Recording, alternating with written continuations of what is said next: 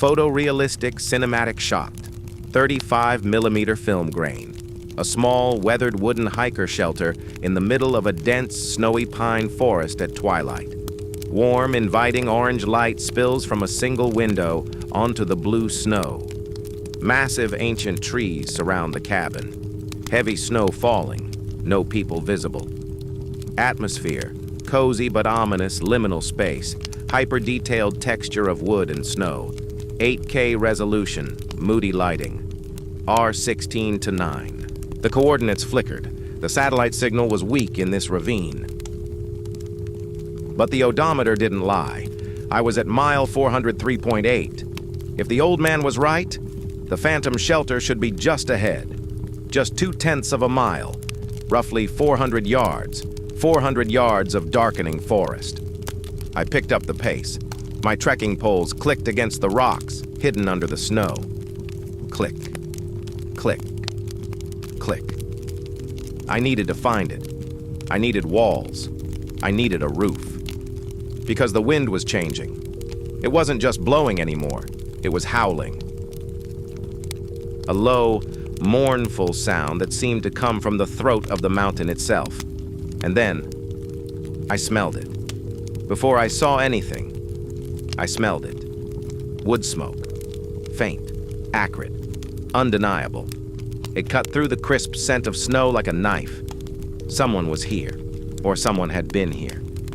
I crested a small rise, pushing through a dense thicket of rhododendrons that clawed at my pack. And there it was. It sat in a small clearing, nestled against a granite outcropping that protected it from the north wind. It didn't look like the standard three-sided lean-tos you see on the rest of the trail. This was a cabin. A proper, fully enclosed cabin built from dark, rough-hewn logs. It looked ancient. It looked like it had grown out of the ground, like a mushroom. The roof was steep, designed to shed heavy snow, and covered in mossy cedar shakes.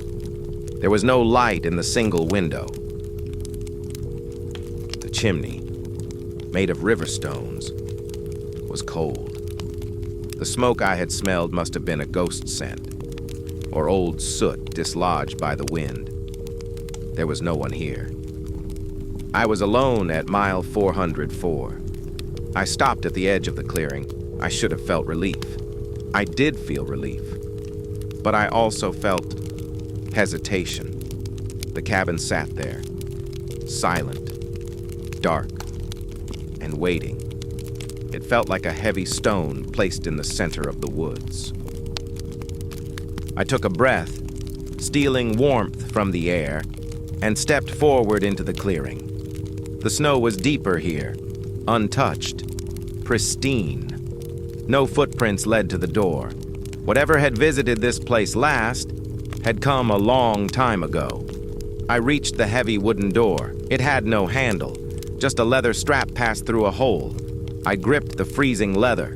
I pulled, with a groan of rusted hinges that echoed through the valley. The door swung open. Darkness spilled out. "Hello?" I called out. My voice sounded small, flat, no answer, just the wind whistling around the corners of the logs. I stepped across the threshold, and the door slammed shut behind me. Driven by the wind, of course, just the wind. I was inside. The door shut with a finality that echoed in my chest. Thud. Inside, the air was different. It was still cold, freezing, actually. But it was still. The wind that had been tearing at my hood, the wind that had been trying to push me off the mountain, was suddenly gone. It was just a memory, a distant roar muffled by 6 inches of solid pine logs. I stood there in the dark for a moment, just breathing. My breath didn't plume quite as violently here. The smell hit me first. It didn't smell like abandon. It smelled like cedar, like old dry resin, like wood that has been baking in the summer sun for 100 years and is now resting. There was a faint undertone of wood ash, cold and sharp, It smelled like safety. Click. I switched on my headlamp, a black diamond spot, set to the low, red light setting to preserve my night vision. The red beam cut through the darkness, illuminating a cloud of dust motes dancing in the stillness. The cabin was small, maybe 10 by 12 feet. The walls were rough-hewn logs, chinked with moss and mortar that looked surprisingly intact. There was a single, sturdy table made of planks in the corner, a wooden bench, a sleeping platform raised off the floor, wide enough for 3 hikers. And in the center, dominating the room, was the stove. It was a pot-bellied cast iron stove. Small, squat, and beautiful. It sat on a slab of slate, its black iron skin dull and dusty. It was the heart of this place.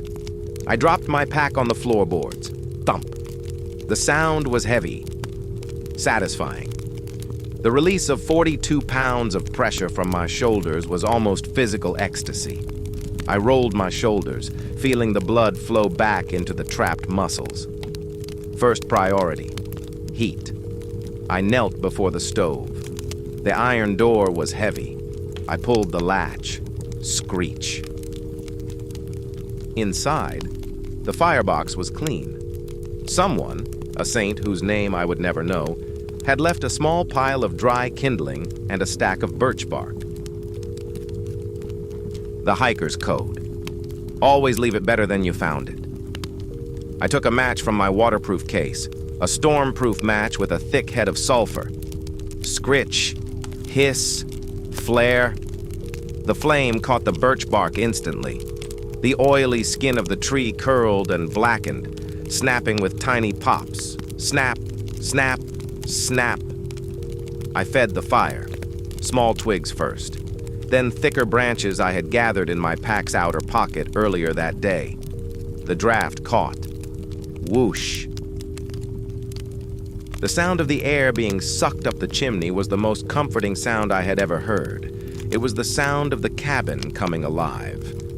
While the fire established itself, I began the ritual of the camp. This is the part that quiets the mind, the repetitive, necessary tasks of survival. I unzipped my pack. Zip. I pulled out my sleeping pad. It was a therm arrest, crinkly and yellow. I unrolled it on the wooden platform. Crinkle, rustle. I opened the valve. It began to self-inflate with a soft hiss. Next, the sleeping bag. I pulled it from its compression sack. It exploded into a cloud of down feathers, lofting up instantly. A cocoon of gray nylon. I laid it out carefully, smoothing the wrinkles, fluffing the baffles. It looked inviting, a soft grave for the night. The fire was roaring now. The cast iron was ticking as it expanded with the heat. Tick, tick, tick. The temperature in the cabin was rising, slowly. I could feel it on my cheeks. The biting cold was retreating into the corners. I took off my wet outer shell. The Gore-Tex crackled. I took off my boots. This is the moment every hiker lives for. The release of the laces, the cool air hitting the hot socks. I wiggled my toes. They were numb, but pink, alive. I put on my down booties. Soft, warm, dry. I moved to the table. I set up my small canister stove, an MSR pocket rocket. I screwed it onto the fuel canister. Hiss, click, whoosh. A blue flame bloomed like a lotus flower. I poured water into my titanium pot. I waited. Watching water boil is a meditation. The tiny bubbles forming on the bottom, rising, dancing. The steam began to rise, curling up into the rafters. Outside, the wind howled. It sounded angry now, frustrated that it couldn't get in. A branch scraped against the roof. Scrap! But it didn't matter. I was inside. The water reached a rolling boil. I poured it into my mug, over a packet of instant dark chocolate. I stirred it with my spork. Clink, clink, clink. The smell of chocolate filled the small room, mixing with the cedar and the wood smoke. It was perfect. I sat on the bench, wrapping my hands around the hot titanium mug. The heat leached into my palms, thawing my bones. I looked around my kingdom, 4 walls, a fire, a bed. Nothing else mattered. The world outside could end tonight, and I wouldn't know until morning. My eyes drifted to the corner of the table. There, half hidden in the shadow of a structural beam, was a book. An ordinary notebook. The cover had a black and white marble pattern. The corners were bent and softened from moisture. A pen was attached to the side, the shelter's logbook. I took a sip of hot chocolate. The warmth spread through my stomach like a heavy stone. I reached out, and my fingers touched the cover. It was cold, colder than the table. I pulled it towards me. The cover was stiff, warped by decades of humidity and freezing cycles. I opened it. The spine crackled, a sound like dry knuckles cracking. Crack.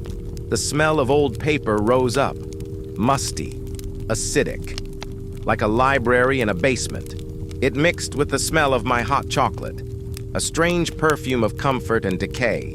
The first few pages were brittle, yellowed parchment. The entries were written in fading blue ballpoint.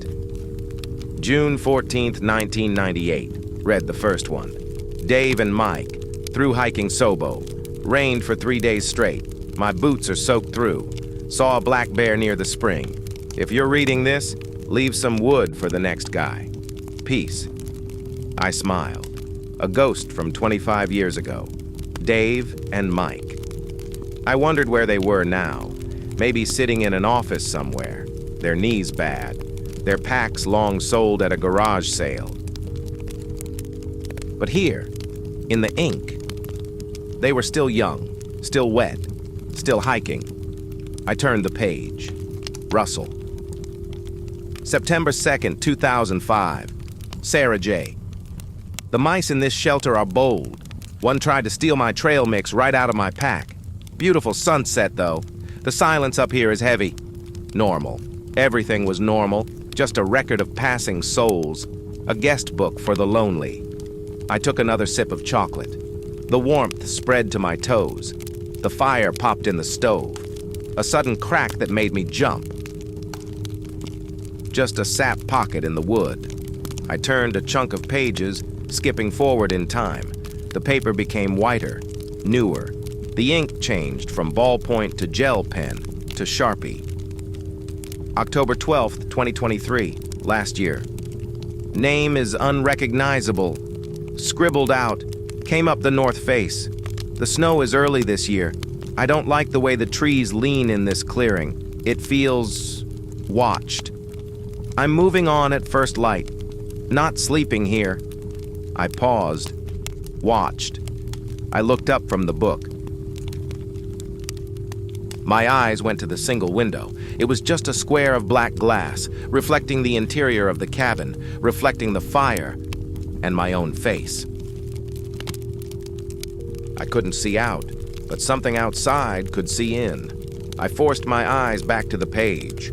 Quote 5, I whispered. Quote 6, as if hearing me. The wind slammed against the north wall. The logs groaned. Groan! I turned the page. The next entry was dated 2 weeks ago. Underscore, quote, underscore, 7, underscore. The handwriting was different here. Jagged, spiky. It looked like it had been written with a shaking hand.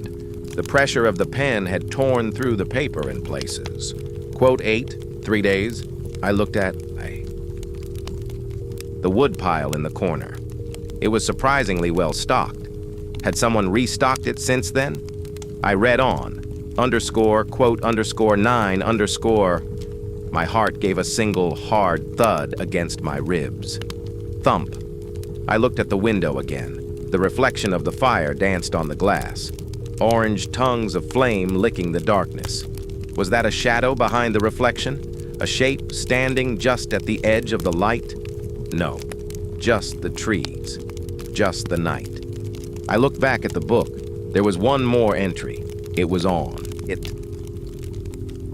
The very next line. But the ink was fresh, deep black, wet looking, and the handwriting was small, precise, almost mechanical. It had no date.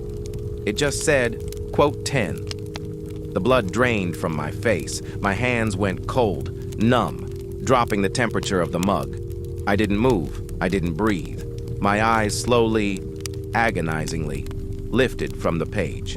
They moved past the fire, past the sturdy door, to the window, the small, single-pane window. The latch was a simple metal hook, and it was unhooked, swingling slightly in the draft. Clink, clink. A tiny gap, maybe an inch, separated the frame from the sill.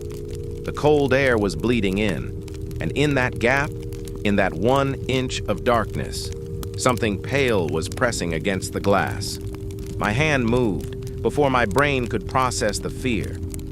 It was a reflex. I reached out toward the window. The air coming through the gap was not just cold. It was wrong. It smelled of ozone and something metallic, like old copper. My fingers brushed the iron latch. It burned. The metal was so cold it felt like it was searing my skin. I didn't look at the glass.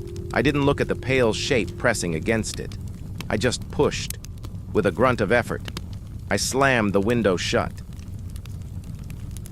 The latch engaged. I twisted the lock, hard. I backed away, stumbling over my own boots. I retreated to the center of the room, to the stove. I stood there, breathing hard, waiting for the glass to shatter, waiting for the door to burst open. But nothing happened. The silence returned. Just the wind moaning softly in the chimney, and the fire popping in the grate. I was safe. The barrier was sealed. I looked at the logbook on the table. It sat there, innocent, closed. I didn't open it again. I picked it up, feeling the weight of the paper, and I shoved it deep into the bottom of my pack, under my dirty socks, under my trash bag. I didn't want to read the ending. I sat down on the bench, facing the door. I wasn't going to sleep, not tonight. I checked my watch. 11:42 p.m. The night was just beginning. This is the vigil, the long watch. It is a state of mind familiar to anyone who has spent a night alone in the deep woods. Your senses expand. Your hearing becomes radar. Every creak of the logs is a footstep. Every shift of the snow on the roof is a hand trying to lift a shingle. I fed the fire. I treated the stove like an altar. I chose the best pieces of wood, dry, seasoned oak. I opened the damper. The flames roared up, angry and bright. The iron door of the stove glowed a dull, cherry red. The heat was intense. It radiated out in waves, pushing back the shadows. I took off my fleece, then my base layer, sitting there in my t-shirt, sweating, while 5 feet away, the temperature was below 0. This circle of heat was my universe. As long as the fire burned, nothing could touch me. 1:15 a.m. The wind changed direction. It started hitting the cabin from the east. The whole structure groaned. Creak, wood settling against stone, and then I heard it distinctly. Crunch, crunch, crunch. Footsteps, heavy, slow, deliberate. They were circling the cabin, walking on the crusty snow. I stopped breathing. I stared at the door. The leather strap hung motionless. The footsteps stopped, right outside the threshold. I could feel a presence, standing just inches away, separated only by 3 inches of pine. Was it listening? Was it trying to hear if I was asleep? I didn't move. I didn't make a sound. I just watched the door, the wood grain, the nuts, the iron nails. I memorized every detail. 5 minutes passed. 10. The silence stretched until it hummed in my ears. And then, scritch. A single, gentle scratch on the wood, like a fingernail, just once, testing. I gripped my trekking pole. My knuckles were white, but I didn't scream. I didn't run. There was nowhere to run. The cabin was the only safety. The storm outside was death, so I stayed. I trusted the walls. I trusted the builder who had laid these logs 50 years ago. I trusted the fire. 3:30 a.m. The scratching didn't happen again. The footsteps faded, or maybe the wind just got louder and covered them up. I found myself staring into the small mica window of the stove door, watching the embers. They pulsed, orange, to red, to black, to white. Orange, to red, to black, to white. It was hypnotic, a rhythm older than language. My eyelids felt heavy. The terror was still there, but it was dull now, buried under layers of exhaustion and carbon warmth. I was warm. I was dry. I was inside. The world outside was cold and hungry, but it could not get in. Not tonight. My head nodded. I jerked awake, checked the door, still closed, checked the window, still latched. I put another log on the fire. Thump. Sparks flew up. I watched them dance. 1, 2, 3. I drifted, drifting on a sea of warm air. Safe, safe, safe. I woke up to a sound that was deafening in its absence. The wind had stopped. Total, absolute. Silence. I was stiff. My neck was cricked against the hard wood of the bench. My sleeping bag was twisted around my legs, but I was alive. I sat up, blinking. The cabin was filled with a cold, blue light. It seeped through the cracks in the chinking. It glowed around the edges of the door. The fire was dead, just a pile of gray ash in the belly of the stove. The iron was cold to the touch. I checked my watch. 7:14 a.m. The sun was up. I let out a breath I felt like I had been holding for 8 hours. Exhale. The terror of the night felt distant now, like a fever dream, like something that belonged to a different person. In the light of day, monsters turned back into shadows. I moved stiffly to the window. I unlocked the latch. Click. I pushed it open. Cold. Impossibly fresh air rushed in. It smelled of ozone and frozen pine needles. The world outside was blindingly white. The storm had dumped at least a foot of fresh powder. The trees were bowed heavy under the weight. The sky was a piercing, painful blue, not a cloud in sight. It was the most beautiful thing I had ever seen. I turned back to the room. I packed quickly. Efficiency is the antidote to fear. Sleeping bag into the sack. Stuff, stuff, stuff. Pad rolled tight. Hiss, snap, stove dismantled. I checked the table. The logbook was still where I had shoved it, deep in my pack. I hesitated. Should I take it? Should I show someone? No. It belonged to the cabin. It was part of the furniture. I pulled it out, handling it with the tips of my fingers, and placed it back on the table, right where I found it, open to the last page. I shouldered my pack. The weight was familiar again, a comforting burden. I walked to the door. I opened it. The sunlight hit me like a physical blow. I stepped out onto the porch, my boots sinking into the fresh drift. Crunch. And then I stopped. The snow on the porch was undisturbed, smooth as a sheet, except for one spot, right under the window. There were no footprints leading to the cabin. There were no footprints leading away from the cabin. There was just a disturbance. A perfect circle of melted snow, right beneath the glass. The snow hadn't been trampled. It had been cauterized. It was melted down to the bare wood of the deck in a shape that looked almost like a handprint. But it had 6 fingers, and it was 3 feet wide. I stared at it. The wood was scorched black. Steam was still rising from it, faint wisps curling into the cold morning air. Whatever had stood there, whatever had looked in at me while I drank my chocolate, ran hot. Hot enough to melt snow without touching it. I looked. Up at the window, the glass was intact, but on the outside, there was a smudge, a greasy, gray smear, right where the latch was. I didn't investigate further. I didn't look for a trail. I turned my back on the cabin. I walked. I didn't run. Running triggers the chase instinct. I walked with purpose. Kick step, glide, kick step, glide. I broke trail through the fresh powder, my breath coming in sharp gasps. I didn't look back until I reached the ridgeline, a mile away. From up here, the cabin was just a tiny, dark speck in a sea of white. It looked peaceful. It looked empty. Smoke was no longer rising from the chimney. The shelter at mile 404 was dormant again, waiting for the next hiker, waiting for the next storm. I turned around and faced the valley.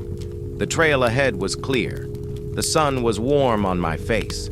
I was safe, but I knew, deep down in the primitive part of my brain, that I would never sleep without checking the window latch again.